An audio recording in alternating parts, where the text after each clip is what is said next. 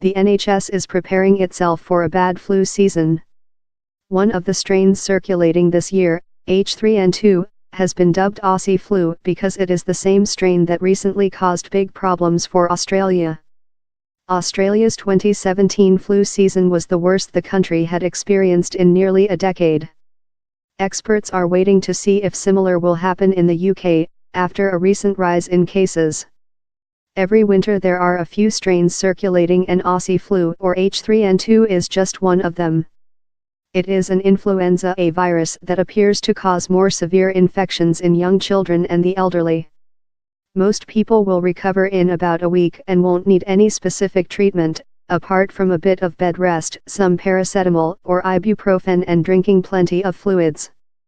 But for some, the very old, very young, or people with pre-existing health conditions such as heart disease, flu can be deadly. The UK is seeing a mix of flu types circulating, including influenza B as well as the H3N2 strain. H3N2 is not new. It was around last winter too.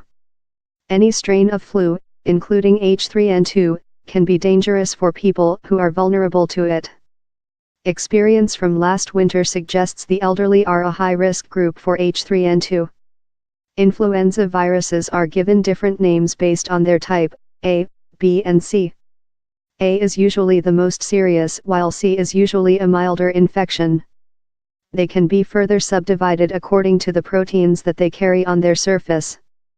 These are called H and N antigens. Hospital admissions and GP visits for influenza have seen a sharp rise going into 2018, but are still comparable to the previous winter and are nowhere near as high as in 2008-09 when the swine flu pandemic hit the UK. Professor Paul Coford, Medical Director, Public Health England said, "As we would expect at this time of year, flu levels have increased this week. Our data shows that more people are visiting GPs with flu symptoms, and we are seeing more people admitted to hospitals with the flu. The vaccine is the best defense we have against the spread of flu, and it isn't too late to get vaccinated. The vaccine is designed to protect against the type of flu circulating in any given season. Every year, the World Health Organization reviews the global situation and recommends which flu strains should go into the vaccine to be manufactured for the following season. This year's flu jab is designed to protect against H3N2 as well as some other strains.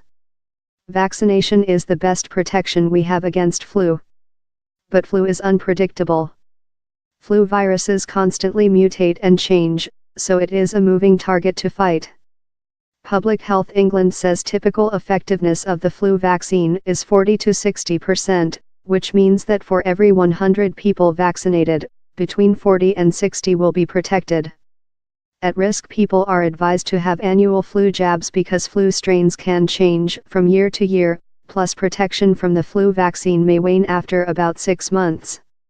Adults aged over 65, pregnant women and those with underlying health conditions are advised to get a free flu jab. A flu nasal spray is available free to young children, who are thought to be the main spreaders of flu. In general, current flu vaccines tend to work better against influenza B and influenza A/H1N1 viruses than H3N2, according to U.S. experts at the Centers for Disease Control and Prevention. And it's already known that flu vaccines may work less well in elderly people because they have weaker immune systems. Dr. Richard Peabody, from Public Health England, said, "This season's flu vaccine should be providing reasonable protection, similar to last winter. Last year the vaccine did not give quite as good protection for the elderly for H3N2. That's something that we are watching closely to see if it is an issue this winter." How the vaccines are made might also determine their effectiveness, according to research. Flu vaccines used in the UK and in many other parts of the world are currently grown in chicken eggs, and this process can be tricky.